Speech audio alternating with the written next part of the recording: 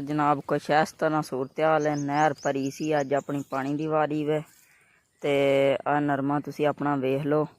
अज spray नूं कीती कुछ इवें दी सूरत हाल सी। पहलों आपां मूंगी वाले पासे लगे लुगे रहे ते हुण घर चल। अस्सलामु अलैकुम, welcome back with another vlog. सारिਆਂ ਦਾ की हाल चाल है। मैं तुहाडे नाल मोहम्मद अली मतीन अहमद बाजवा ते तुसी वेख रहे हो जट बाजवा चैनल।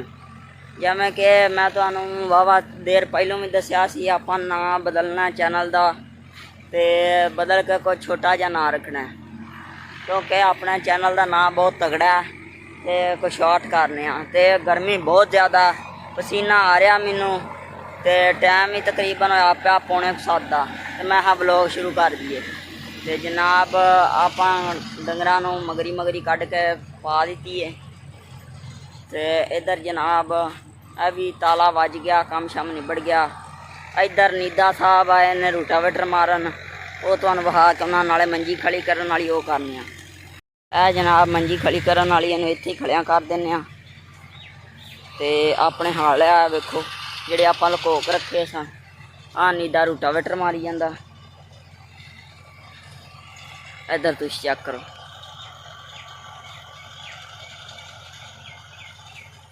तो नेड़े जाके चेक करा देना। अजाम नूं थले डिगे ने पर हुण शाम हो गई है, हुण नहीं टाइम दिने खावांगे। इधर पैली चेक कर लो,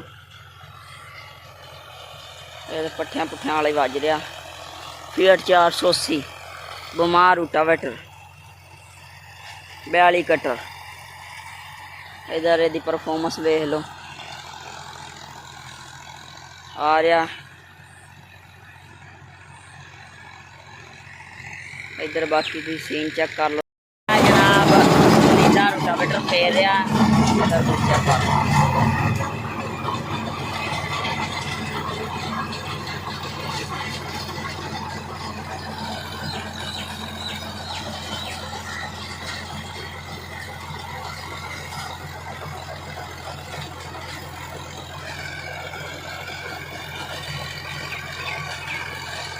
आया इतने टोटा कढ़न वाला है, हुण कढ़न आएगा इधरले पासे।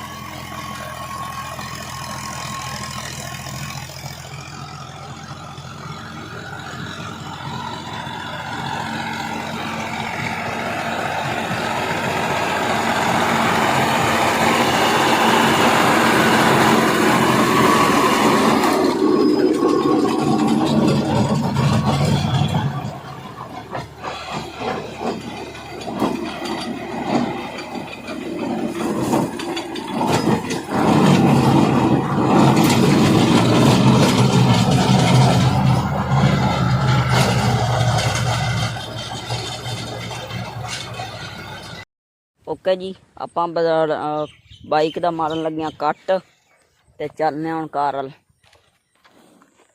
ओके हो गया।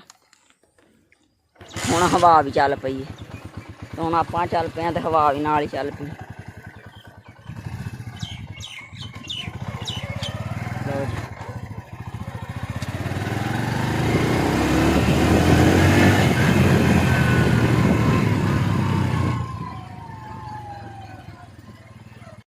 जी जी दोस्तों, आप इस टाइम नहर तक खलोते हैं। इधर तुम चेक कर लो, नरमे की सूरत हाल वेख लो तो थले चल के तुम चेक करना नाल नरमा भी है। जनाब अपना नरमा माशाल्लाह चेक करो जरा, इसकी रंगत वेखो। थले बस गंद बड़ा है, इनू स्प्रे आप मार देनी ग्लाफोसेट। और जो तुसी इसकी सूरत हाल चेक कर लो। अगे अज उधरले मरबू आप गेड़ा लाए हैं, उधर वाली पैली नहीं तुम चेक कराई, वो भी चेक करावांगा। अज बाहरले गेड़े जाना तो इतों माशाल्लाह मत्था नाल वेख लो चंगा तगड़ा होया पिया।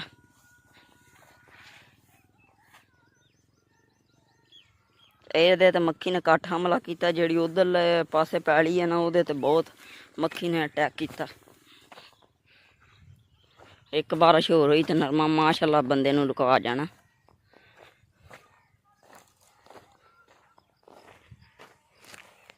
जी हुण अपना टाइम हो गया पिछला ते आपां छड्ड बैठे भेडां।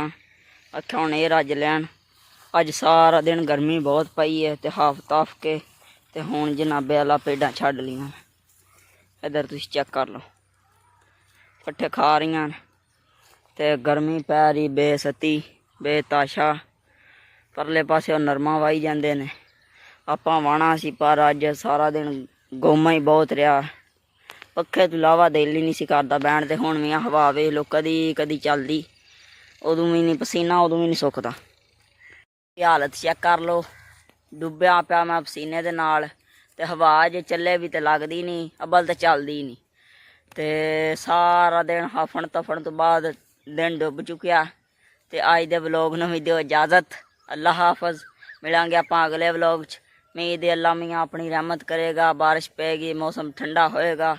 ਨਹੀਂ ਤੇ ਮੌਸਮ ਇੰਝ ਹੀ ਰਹੇਗਾ ਗਿਆ ਤੇ ਆਪਾਂ ਉਹ ਆ ਵੇਖ ਲਓ ਕਿਵੇਂ ਪਸੀਨਾ ਨੂੰ ਚੜ ਰਿਹਾ। ਬਹੁਤ ਗਰਮੀ ਚੱਲ ਰਹੀ, ਬਹੁਤ।